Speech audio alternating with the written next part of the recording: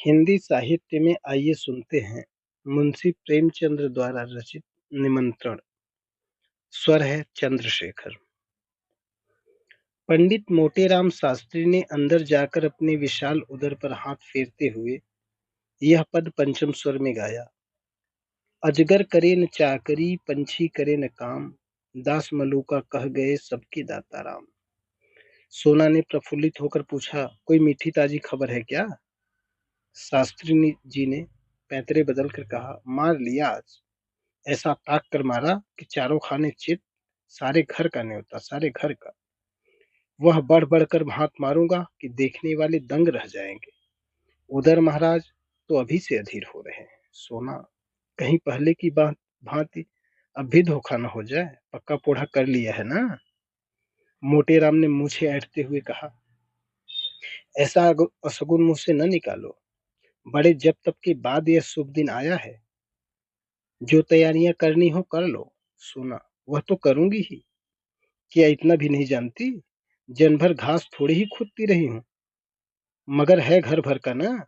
मोटेराम, अब और कैसे कहूँ, पूरे घर भर का है। इसका अर्थ समझ में न आया हो तो मुझसे पूछो। विद्वानों की बात समझना सबका काम नहीं, मगर उनकी बात सभी समझ लें तो उनकी विद्वता का महत्व ही क्या रहे। बताओ क्या समझे? मैं इस समय बहुत ही सरल भाषा में बोल रहा हूँ, मगर तुम नहीं समझ सकी। बताओ, विद्वता किसे कहते हैं? महत्व ही का अर्थ बताओ। घर भर का निमंत्रण देना क्या दिल लगी है? हाँ, ऐसे अवसर पर विद्वान लोग राजनीति से काम लेते हैं और उसका वही आशय निकालते हैं जो अपने अनुकूल हो। मुरादापुर की रानी साहब 7 ब्राह्मणों को इच्छापूर्ण भोजन कराना चाहती हैं। कौन कौन महाशय मेरे साथ जाएंगे, यह निर्णय करना मेरा काम है। अलगूराम शास्त्री, बेनीराम शास्त्री, छेदीराम शास्त्री, भवानीराम शास्त्री, फेकूराम शास्त्री, मोटेराम शास्त्री आदि जब इतने आदमी अपने घर में ही हैं, तब बाहर कौन ब्राह्मणों को खोजने जाए? सोना, और सातवां कौन है? मोटे, बुद्धि दौड़ाओ। सोना, एक पत्तल घर लेते आना। मोटे, फिर वही बात कही जिसमें बदनामी हो। छी छी, पत्तल घर लाऊं? उस पत्तल में वह स्वाद कहाँ जो जजमान के घर पर बैठकर भोजन करने में है। सुनो, 7वें महाशय हैं पंडित सोना राम शास्त्री। सोना, चलो दिल लगी करते हो, भला कैसे जाऊंगी? मोटे, ऐसे ही कठिन अवसरों पर तो विद्या की आवश्यकता पड़ती है। विद्वान आदमी अवसर को अपना सेवक बना लेता है, मूर्ख अपने भाग्य को रोता है। सोना देवी और राम शास्त्री में क्या अंतर है, जानती हो? केवल परिधान का। परिधान का अर्थ समझती हो? परिधान पहनावा को कहते हैं। इसी साड़ी को मेरी तरह बांध लो, मेरी मिर्जई पहन लो, ऊपर से चादर ओढ़ लो, पगड़ी मैं बांध देता हूँ, फिर कौन पहचानता है? सोना ने हंसकर कहा, मुझे तो लाज आएगी। मोटे, तुम्हें करना ही क्या है, बातें तो हम करेंगे। सोना ने मन ही मन आने वाले पदार्थों का आनंद लेकर कहा, बड़ा मजा आएगा। मोटे, बस अब विलंब न करो, तैयारी करो, चलो। सोना, कितनी फंकी बना लो? मोटे, यह मैं नहीं जानता, बस यही आदर्श सामने रखो कि अधिक से अधिक लाभ हो। सहसा सोना देवी को एक बात याद आ गई। बोली, अच्छा, इन बिच्छुओं को क्या करूंगी? मोटेराम ने त्योरी चढ़ाकर कहा, इन्हें उठाकर रख देना, और क्या करोगी? सोना, हाँ जी, क्यों नहीं, उतार कर रख क्यों न दूंगी। मोटे, तो क्या तुम्हारे बिछुए पहनने से ही मैं जी रहा हूँ? जीता हूँ पौष्टिक पदार्थों के सेवन से, तुम्हारे बिच्छुओं के पुण्य से नहीं जीता। सोना, नहीं भाई, मैं बिच्छुए न उतारूंगी। मोटेराम ने सोचकर कहा, अच्छा, पहने चलो, कोई हानि नहीं। गोवर्धनधारी यह बाधा भी हर लेंगे। बस पाँव में बहुत से कपड़े लपेट लेना, मैं कह दूंगा इन पंडित जी को पील पाँव हो गया है। क्यों, कैसी सूझी? पंडिताइन ने पति देव को प्रशंसा सूचक नेत्रों से देखकर कहा, जन्म भर पढ़ा नहीं है। संध्या समय पंडित जी ने पांचों पुत्रों को बुलाया और उपदेश देने लगे। पुत्रों, कोई काम करने के पहले खूब सोच समझ लेना चाहिए। कि कैसा क्या होगा। मान लो रानी साहब ने तुम लोगों का पता ठिकाना पूछना आरंभ किया, तो तुम लोग क्या उत्तर दोगे? यह तो महान मूर्खता होगी कि तुम सब मेरा नाम ले लो। सोचो कितने कलंक और लज्जा की बात होगी कि मुझ जैसा विद्वान केवल भोजन के लिए इतना बड़ा कुचक्र रचे। इसलिए तुम सब थोड़ी देर के लिए भूल जाओ कि मेरे पुत्र हो, कोई मेरा नाम न बताए। संसार में नामों की कमी नहीं है, कोई अच्छा सा नाम चुन कर बता देना। पिता का नाम बदल देने से कोई गाली नहीं लगती, यह कोई अपराध नहीं है। अलगू, आप ही बता दीजिए। मोटे, अच्छी बात है, कुछ अच्छी बात है। हाँ, इतने महत्व का काम मुझे स्वयं करना चाहिए। अच्छा सुनो, अलगू राम के पिता का नाम है पंडित केशव पांडे, खूब याद कर लो। बेनी राम के पिता का नाम है पंडित मंगरू ओझा, खूब याद रखना। छेदी राम के पिता का नाम है पंडित दमड़ी तिवारी, भूलना नहीं। भवानी, तुम गंगू पांडे बतलाना, खूब याद कर लो। अब रहे फेकू, तुम बेटा बतलाना सेतुराम पाठक। हो गए सब, हो गया सबका नामकरण। अच्छा, अब मैं परीक्षा लूंगा, होशियार रहना। बोलो अलगू, तुम्हारे पिता का क्या नाम है? अलगू, पंडित केशव पांडे। बेनी राम, तुम बताओ? दमड़ी तिवारी। छेदी, यह तो मेरे पिता का नाम है। बेनी, मैं तो भूल गया। मोटे, भूल गए? पंडित के पुत्र होकर तुम एक नाम भी नहीं याद रख सकते? बड़े दुख की बात है। मुझे पांचों नाम याद है, तुम्हें एक नाम भी याद नहीं। सुनो, तुम्हारे पिता का नाम है पंडित मंगरू ओझा। पंडित जी लड़कों की परीक्षा ले ही रहे थे कि उनके परम मित्र पंडित चिंतामणि ने द्वार पर आवाज दी।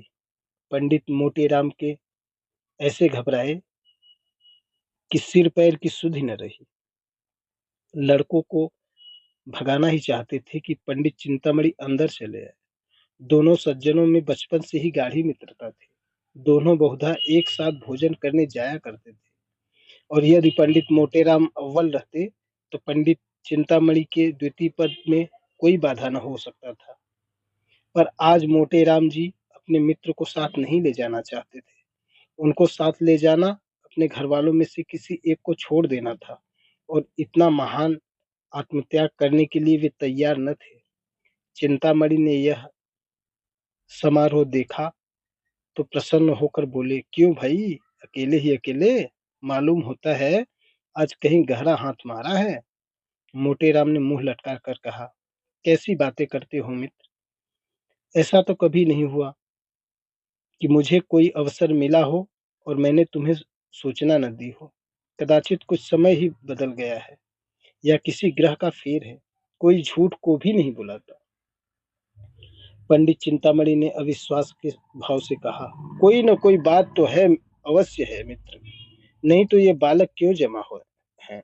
मोटे, तुम्हारी इन्हीं बातों पर मुझे क्रोध आता है। लड़कों की परीक्षा ले रहा हूँ, ब्राह्मणों के लड़के हैं, चार अक्षर पढ़े बिना इनको कौन पूछेगा? चिंतामणि को अब भी विश्वास न आया। उन्होंने सोचा, लड़कों से ही इस बात का पता लग सकता है। फेकूराम सबसे छोटा था, उसी से पूछा, क्या पढ़ रहे हो बेटा, हमें भी सुनाओ। मोटेराम ने फेकूराम को बोलने का अवसर न दिया, डरे कि यह तो भंडा फोड़ देगा। बोले, अभी यह क्या पढ़ेगा, दिन भर खेलता है। फेकूराम इतना बड़ा अपराध अपने नन्हे से सिर पर क्यों लेता? बाल सुलभ गर्व से बोला, हमको तो याद है पंडित सेतुराम पाठक, हम याद भी कर ले, तिस पर भी कहते हैं हरदम खेलता है। यह कहते हुए रोना शुरू कर दिया। चिंतामणि ने बालक को गले लगा लिया और बोले, नहीं बेटा, तुमने अपना पाठ सुना दिया है, तुम खूब पढ़ते हो। यह सेतुराम पाठक कौन है बेटा? मोटेराम ने बिगड़ कर कहा, तुम भी लड़कों की बातों में आते हो, सुन लिया होगा किसी का नाम। फेकू से, जा बाहर खेल। चिंतामणि अपने मित्र की घबराहट देखकर समझ गया कि कोई न कोई रहस्य अवश्य है। बहुत दिमाग लड़ाने पर भी सेतुराम पाठक का आशय उनकी समझ में न आया। अपने परम मित्र की इस कुटिलता पर मन में दुखित होकर बोले, अच्छा, आप पाठ पढ़ाइए और परीक्षा लीजिए, मैं जाता हूँ। तुम इतने स्वार्थी हो, इसका मुझे गुमान न था। आज तुम्हारी मित्रता की परीक्षा हो गई। पंडित चिंतामणि बाहर चले गए।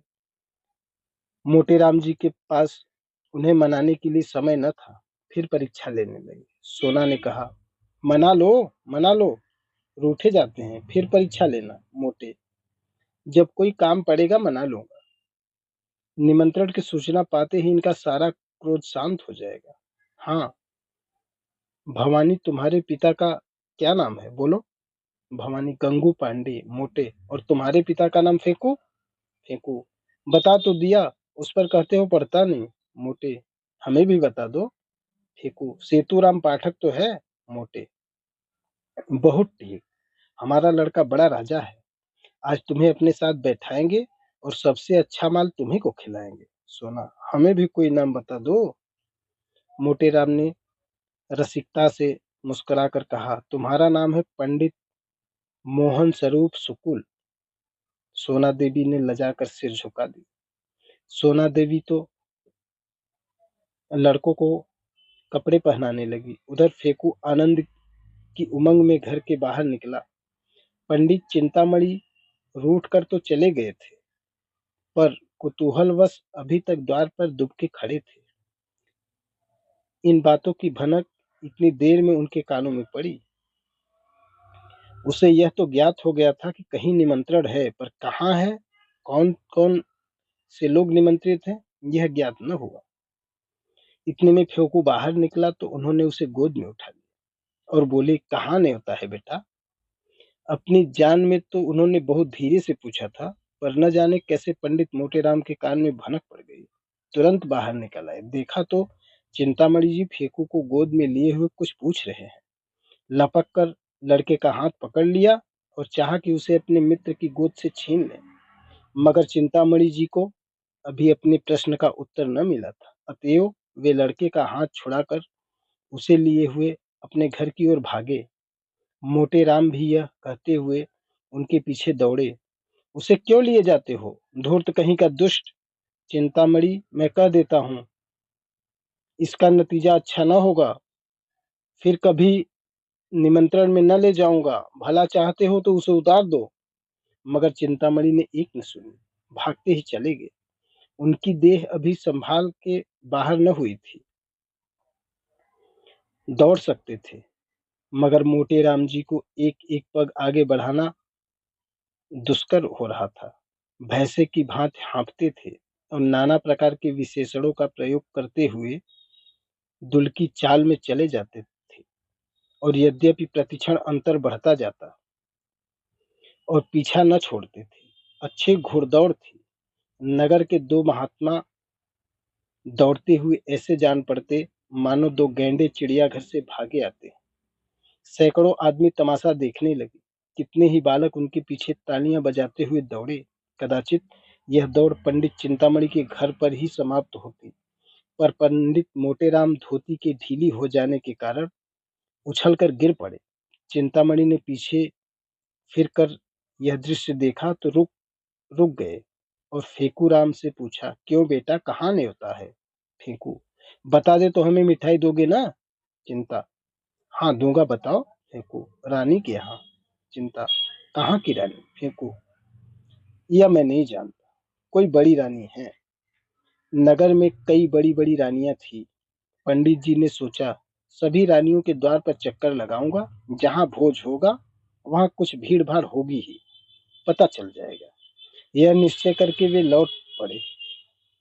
सहानुभूति करने में जब कोई बाधा न थी, मोटे राम जी के पास आए तो देखा कि वे पड़े कराह रहे हैं, उठने का नाम नहीं लेते।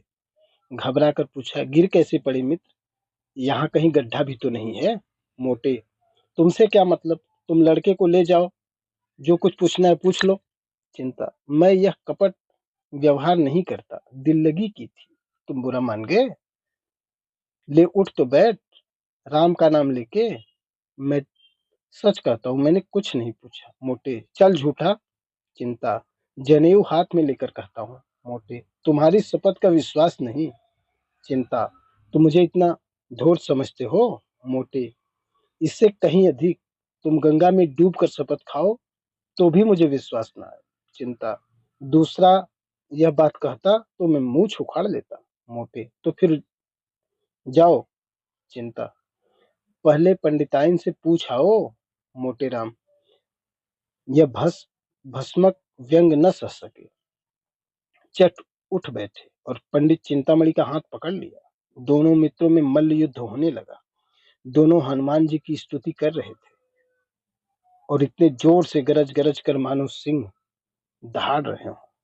बस ऐसा जान पड़ता था मानो दो पीपे आपस में टकरा रहे हों। मोटे, महाबली विक्रम बजरंगी। चिंता, भूत पिचास निकट के संगी। मोटे, जय जय जय हनुमान गोसाई। चिंता, प्रभु रखिए लाज हमारी।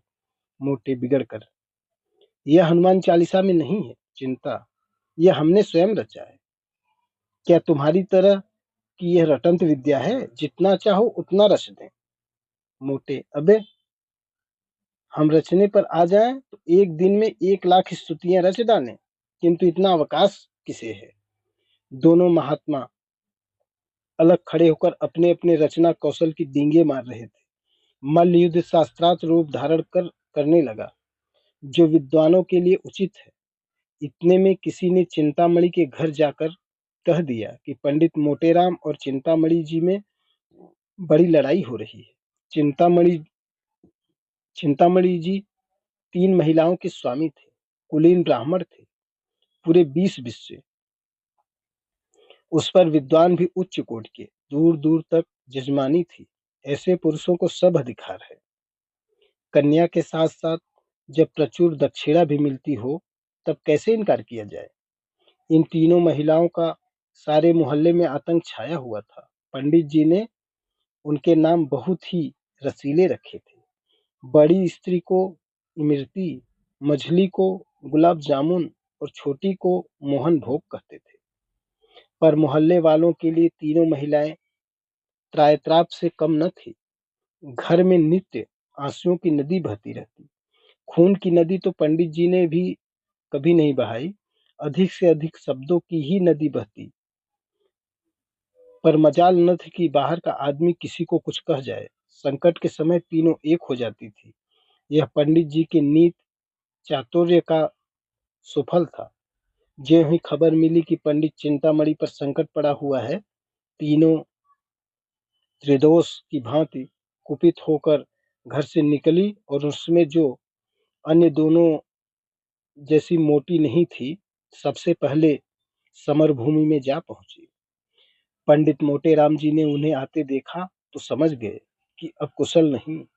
अपना हाथ छुड़ाकर बगटुट भागे, पीछे फिर कर भी न देखा।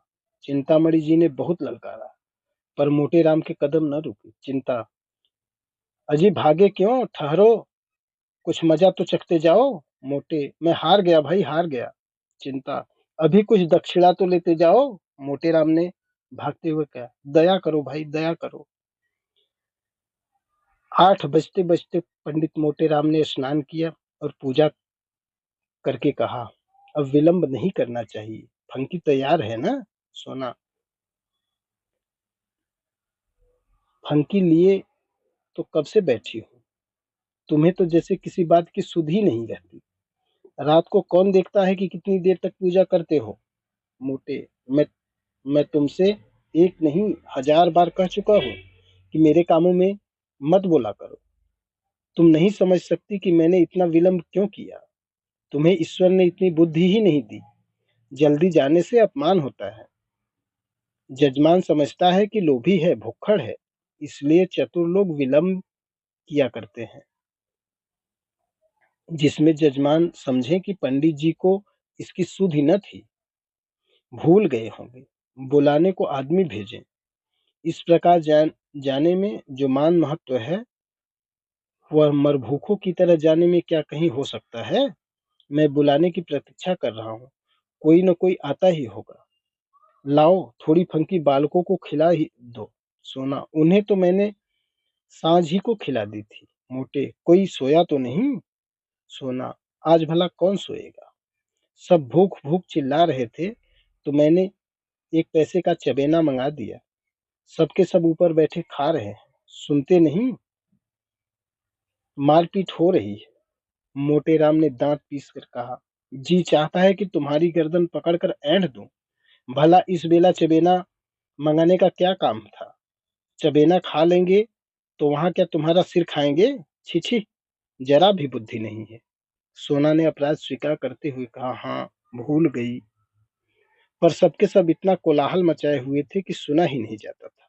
मोटे रोते ही थे ना, रोने देती। रोने से उनका पेट न भरता, बल्कि भूख और खुल जाती।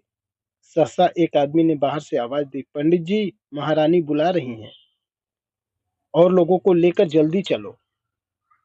पंडित जी ने पत्नी की ओर गर्व से देखा और कहा, देखो, इसे निमंत्रण कहते हैं। अब तैयारी करनी चाहिए। बाहर आकर पंडित जी ने उस आदमी से कहा, तुम एक क्षण भी न आते तो मैं कथा सुनाने चला गया होता। मुझे बिल्कुल याद न थी। चलो, हम बहुत शीघ्र आते हैं। 9 बजते बजते पंडित मोटेराम बाल गोपाल सहित रानी साहब के द्वार पर जा पहुंचे। रानी बड़ी विशालकाय एवं तेजस्विनी महिला थी। इस समय वे कारचौबीदार तकिया लगाए तख्त पर बैठी हुई थी। दो आदमी हाथ बांधे पीछे खड़े थे। बिजली का पंखा चल रहा था। पंडित जी को देखते ही रानी ने तख्त से उठकर चरण स्पर्श किया और इस बालक मंडल को देखकर मुस्कुराती हुई बोली, इन बच्चों को आप कहाँ से पकड़ लाए? मोटे, करता क्या, सारा नगर छान मारा, किसी पंडित ने आना स्वीकार न किया। कोई किसी के यहाँ निमंत्रित है तो कोई किसी के यहाँ। तब तो मैं बहुत चकराया। अंत में मैंने उनसे कहा, अच्छा, आप नहीं चलते तो हरी इच्छा, लेकिन ऐसा कीजिए कि मुझे लज्जित न होना पड़े। तब जबरदस्ती प्रत्येक के घर से बालक मिला, उसे पकड़ लाना पड़ा। क्यों फेकूराम, तुम्हारे पिताजी का क्या नाम है? फेकूराम ने गर्व से कहा, पंडित सेतुराम पाठक। रानी, बालक तो बड़ा होनहार है। और बालकों को भी उत्कंठा हो रही थी कि हमारी भी परीक्षा ली जाए। लेकिन जब पंडित जी ने उनसे कोई प्रश्न न किया और उधर रानी ने फेकूराम की प्रशंसा कर दी, तब तो वे अधीर हो उठे। भवानी बोला, मेरा मेरे पिताजी का नाम गंगू पांडे है। छेदी बोला, मेरे पिता का नाम दमड़ी तिवारी है। बेनीराम ने कहा, मेरे पिता का नाम पंडित मंगरू ओझा है। अलगूराम समझदार था, चुपचाप खड़ा रहा। रानी ने उससे पूछा, तुम्हारे पिता का क्या नाम है जी?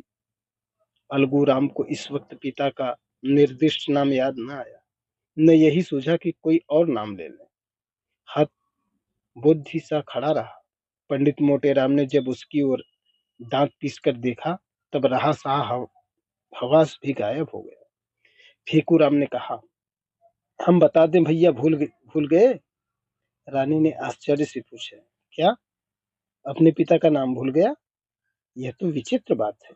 मोटेराम ने अलगू के पास जाकर कहा, क से है।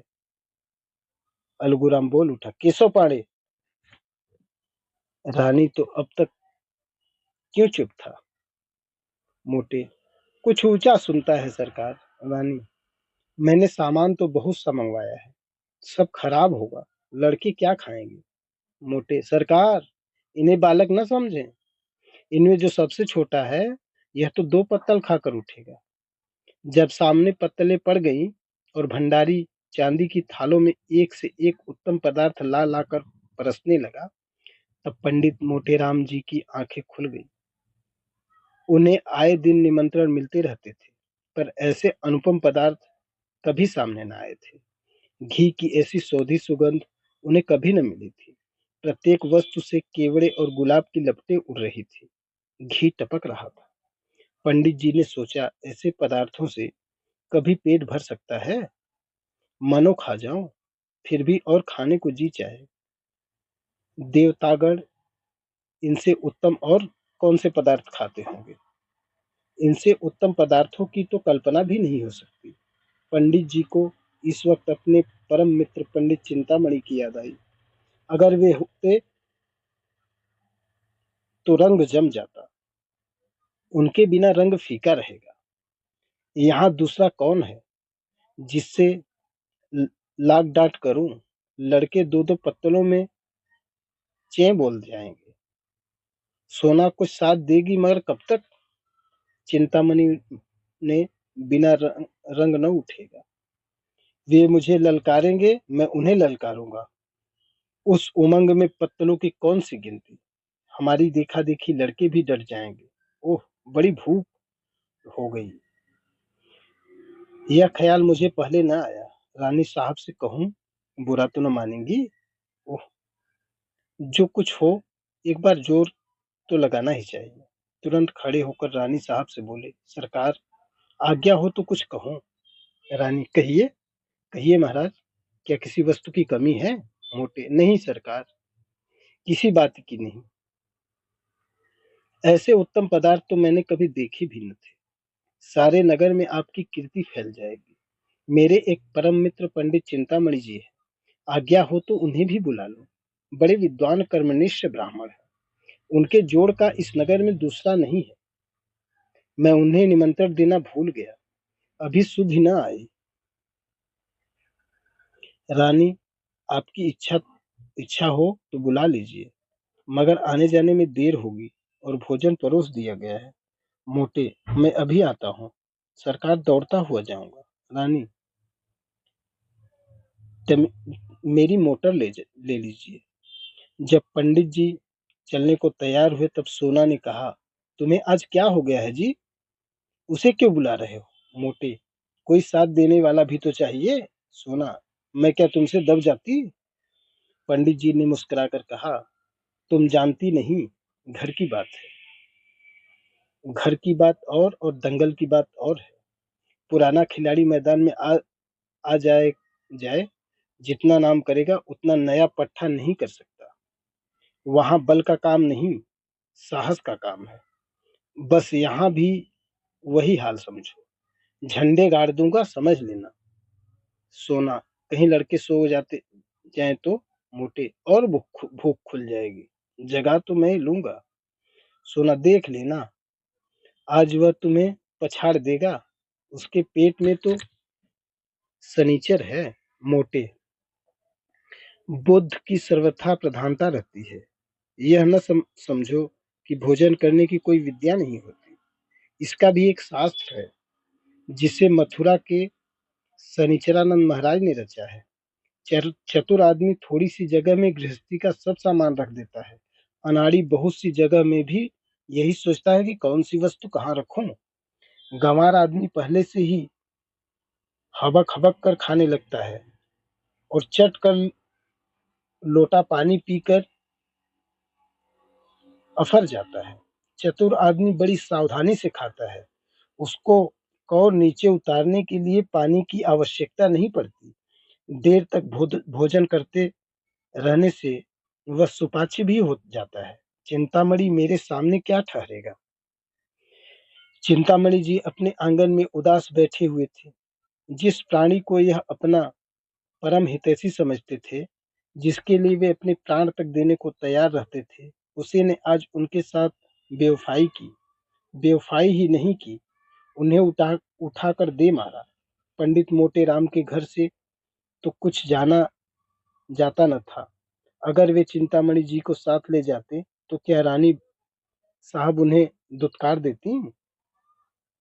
स्वार्थ के आगे कौन किसको पूछता है? उन अमूल्य पदार्थों की कल्पना करके चिंतामणि के मुंह से लार टपकती रहती थी।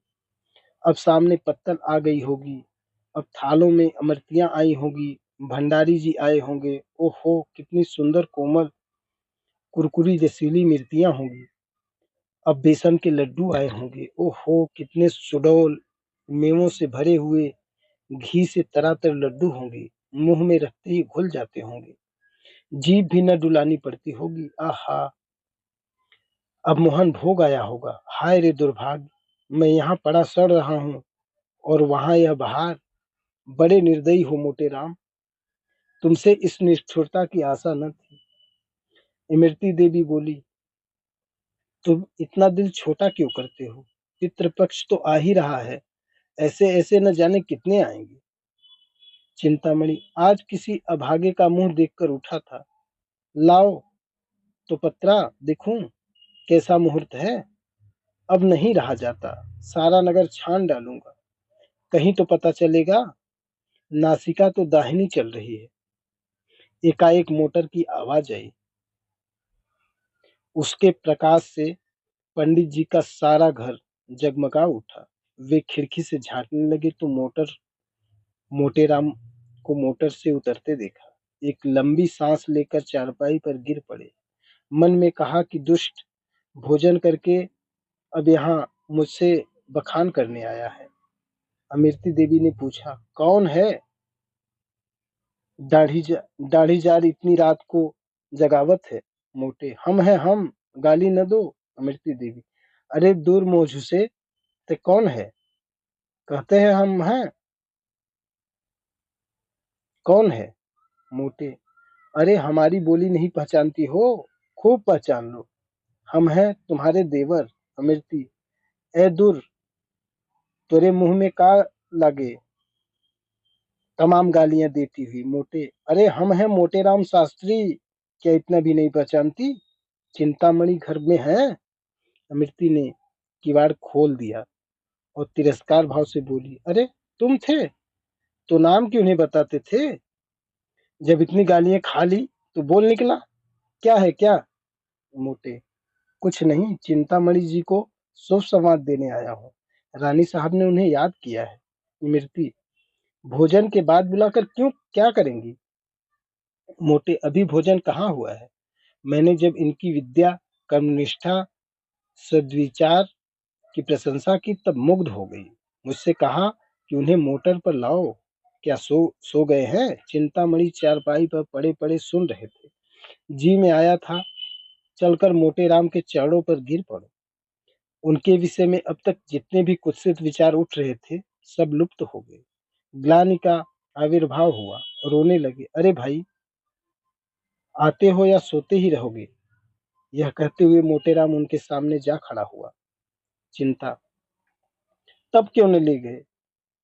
जब इतनी दुर्दशा कर लिए तब आए। अभी तक पीठ में दर्द हो रहा है। मोटे, अजी वह तरमाल खिलाऊंगा कि सारा दर्द वर्द भाग जाएगा। तुम्हारे यजमानों को भी ऐसे पदार्थ यमस्सर न होंगे। आज तुम्हें बद कर पछाड़ूंगा। चिंता, तुम बेचारे मुझे क्या पछाड़ोगे? सारे शहर में तो कोई ऐसा माई का लाल दिखाई नहीं देता। हमें सनीचर का इष्ट है। मोटे, अजी यहाँ बरसों तपस्या की है। भंडारे का भंडारा साफ कर दें और इच्छा ज्यों की त्यों बनी रहे। बस यही समझ लो कि भोजन करके हम खड़े न हो सकते। चलना तो दूसरी बात है, गाड़ी पर लद कर आते हैं। चिंता, तो यह कौन बड़ी बात है? यहाँ तो टिकटी पर उठा कर लाए जाते हैं। ऐसी ऐसी डकारे लेते हैं कि जान पड़ता है बम गोला छूट रहा है। एक बार खुफिया पुलिस ने बम गोले के संदेह में घर की तलाशी तक ली है। मोटी, चल झूठ बोलता है, कोई इस तरह नहीं डकार सकता। चिंता, अच्छा तो आकर सुन लेना, डर कर भाग न जाओ तो सही। एक क्षण में दोनों मित्र मोटर पर बैठे और मोटर चली। रास्ते में पंडित चिंतामणि को शंका हुई कि कहीं ऐसा न हो कि मैं पंडित मोटेराम का पिछलग्गू समझा जाऊं और मेरा यथेष्ट सम्मान न हो। उधर पंडित मोटेराम को भी भय हुआ कि कहीं ये महाशय मेरे प्रतिद्वंदी न बन जाए और रानी साहब पर अपना रंग न जमा लें। दोनों अपने अपने मंसूबे बांधने लगे। ज्यों ही मोटर रानी के भवन में पहुंची, दोनों महाशय उतरे। अब मोटेराम चाहते थे कि पहले मैं रानी के पास पहुंच जाऊं और कह दूं कि पंडित को ले आया, और चिंतामणि चाहते थे कि पहले मैं रानी के पास पहुंचूं और अपना रंग जमा दूं। दोनों कदम बढ़ाने लगे। चिंतामणि हल्के होने के कारण जरा आगे बढ़ गए तो पंडित मोटेराम दौड़ने लगे। चिंतामणि भी दौड़े। घुड़दौड़ सी होने लगी। मालूम होता था कि दो गैंडे भागे जा रहे हैं। अंत में मोटेराम ने हाँफते हुए कहा, राजसभा में दौड़ते हुए जाना उचित नहीं। चिंता, तो तुम धीरे धीरे आओ। दौड़ने का को कौन कहता है? मोटे, जरा रुक जाओ, मेरे पैर में कांटा गड़ गया है। चिंता, तो निकाल लो, तब तक मैं चलता हूँ।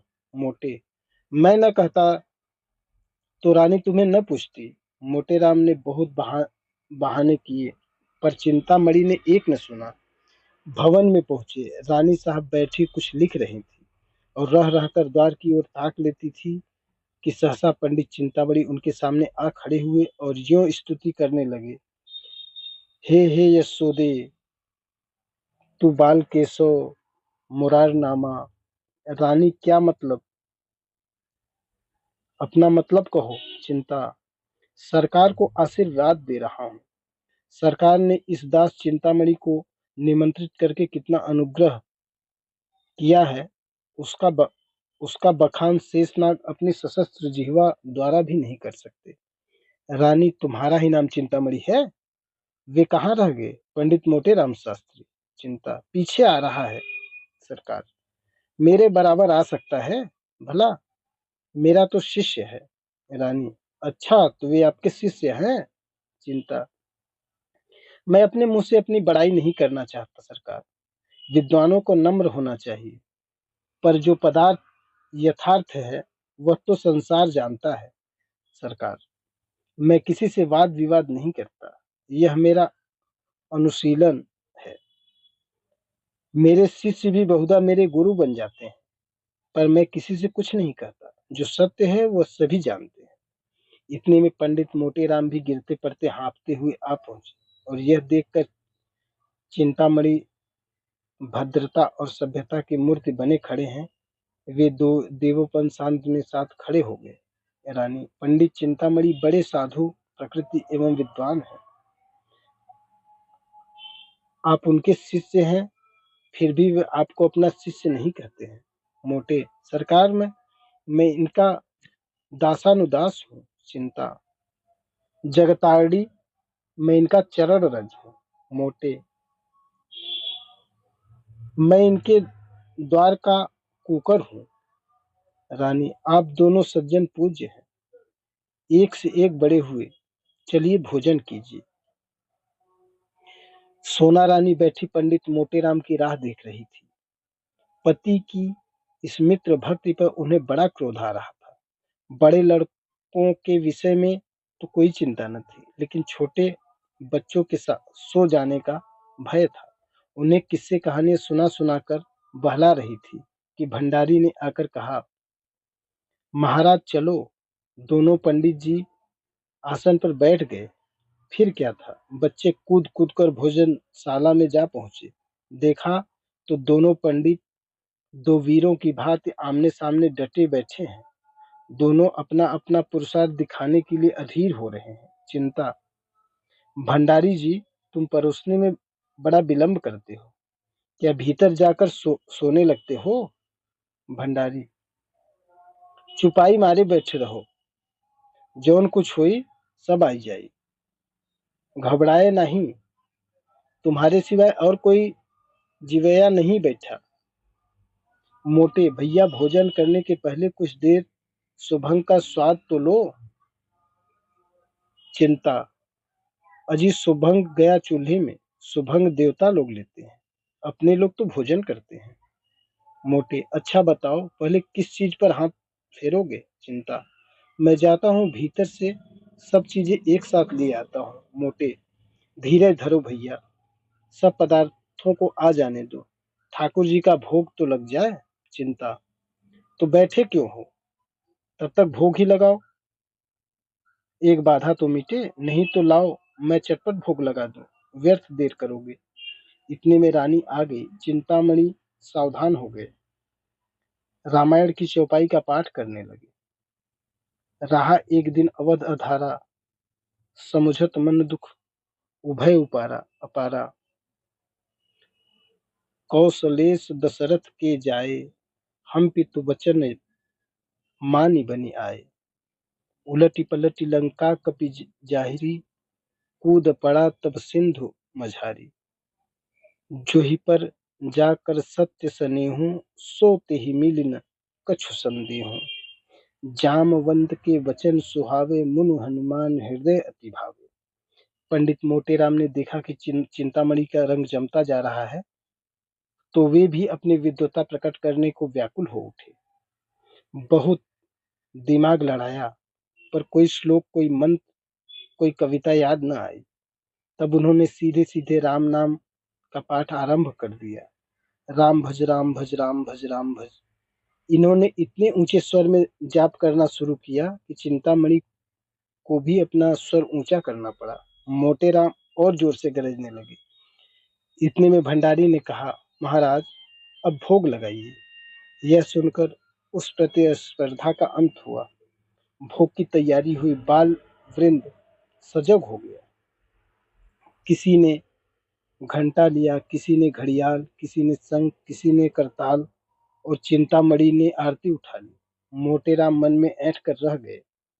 रानी के समीप आने का यह अवसर उनके हाथ से निकल गया, पर यह किसे मालूम था कि विधि वाम उधार कुछ और ही कुटिल क्रीड़ा कर रहा है। आरती समाप्त हो गई थी। भोजन शुरू होने को ही था कि एक कुत्ता न जाने किधर से आ निकला। पंडित चिंतामणि के हाथ से लड्डू थाल में गिर पड़ा। पंडित मोटे राम अचकता कर रह गए। सर्वनाश! चिंतामणि ने मोटे राम के से इशारे में कहा, अब क्या कहते हो मित्र? कोई उपाय निकालो। यहाँ तो कमर टूट गई। मोटे राम ने लंबी सांस खींचकर कहा, अब क्या हो सकता है? यह ससुर आया किधर से? रानी पास ही खड़ी थी। उन्होंने कहा, अरे कुत्ता, किधर से आ गया? यह रोज बंधा रहता था, आज कैसे छूट गया? अब तो रसोई भ्रष्ट हो गई। चिंता, सरकार, आचार्यों ने इस विषय में मोटे कोई हर्ज नहीं है सरकार, कोई हर्ज नहीं है। सोना, भाग्य फूट गया। जोहत जोहत आधी रात बीत गई, तब भी विपत्ता फाट पड़ी। चिंता, सरकार, स्वान के मुख में अमृत। मोटे, तो अब आज्ञा हो तो चले। रानी, हाँ, और क्या। मुझे बड़ा दुख है कि इस कुत्ते ने आज इतना बड़ा अनर्थ कर डाला। तुम बड़े गुस्ताख हो गए। भंडारी, ये पत्तल उठाकर मेहतर को दे दो। चिंता, सोना से छाती फटी जाती है। सोना को बालकों पर दया आती। बेचारे इतनी देर से देवोपत धर्म धैर्य के साथ बैठे थे। बस चलता तो कुत्तों का गला घोट देते। बोली, लड़कन का तो दोष नहीं हो, इन्हें काहे नहीं खावत देते? चिंता, मोटे राम महादुष्ट है, इसकी बुद्धि भ्रष्ट हो गई है। सोना, ऐसे तो बड़े विद्वान बने रहे हैं, अब काहे नहीं बोलत बनत? मुंह में दही जाम गए, जीभे नहीं खुलत। चिंता, सत्य कहता हूँ रानी। रानी को चकमा दे देता। उस दुष्ट के मारे सब खेल बिगड़ गया। सारी अभिलाषाएं मन में रह गई। ऐसे पदार्थ अब कहाँ मिल सकते हैं? सोना, सारी मनसुई निकल गई। घर ही में गरजे से शेर है। रानी ने भंडारी को बुलाकर कहा, इन छोटे छोटे तीनों बच्चों को खिला दो। ये बेचारे क्यों भूखे मरे? क्यों फेकूराम, मिठाई खाओगे? फेकू, इसीलिए तो आए हैं। रानी, कितनी मिठाई खाओगे? फेकू, बहुत सी, हाथों से इशारा करके। रानी, अच्छी बात है, जितनी खाओगे उतनी मिलेगी, पर जो बात पूछूं सच बतानी होगी। फेकू, हाँ बताऊंगा, पूछिए। रानी, झूठ बोले तो एक मिठाई न मिलेगी, समझ गए? फेकू, मत दीजिएगा, मैं झूठ बोलूंगा तो ना। रानी, अपने पिता का नाम बताओ। मोटे, बालकों को हरदम सब बातें स्मरण नहीं रहती, उसने तो आते ही आते बता दिया था। रानी, मैं फिर पूछती हूँ, इसमें आपकी क्या हानि है? चिंता, नाम पूछने में कोई हर्ज नहीं। मोटे, चुप चुप रहो चिंतामणि, नहीं तो ठीक न होगा। मेरे क्रोध को अभी तुम नहीं जानते, दबा बैठूंगा तो रोते भागोगे। रानी, आप तो व्यर्थ इतना क्रोध कर रहे हैं। बोलो फेकूराम, चुप क्यों हो? फिर मिठाई न पाओगे। चिंता, महारानी की इतनी दया दृष्टि तुम्हारे ऊपर है, बता दो बेटा। मोटे, चिंतामणि जी, मैं देख रहा हूँ तुम्हारे अधीन आए हैं, वह नहीं बताता। तुम्हारा साझा आए वहां बड़े बन रहे। सोना, अरे हाँ, लड़कन से इस सब पवारा से काम मतलब। तुम्हारा धर्म परे मिठाई देव, न धर्म परे न देव। ई का बात नाम बताओ क्या मिठाई? फेकूराम ने धीरे से कोई नाम लिया। इस पर पंडित जी ने उसे इतने जोर से डांटा कि उसकी आधी बात मुंह में ही रह गई। रानी, क्यों डांटते हो? उसे बोलने क्यों नहीं देते? बोलो बेटा। मोटे, आप हमें अपने द्वार पर बुलाकर हमारा अपमान कर रहे हैं। चिंता, इसमें अपमान की कोई बात नहीं है भाई। मोटे, अब हम इस द्वार पर कभी ना आएंगे। यहाँ पुरुषोत्तों का अपमान हो रहा है। अलगू, कहिए तो मैं चिंतामणि को एक पटकन दूं। मोटे, नहीं बेटा, दुष्टों को परमात्मा स्वयं दंड देता है। चलो यहाँ से चलें, अब भूल कर यहाँ न आएंगे।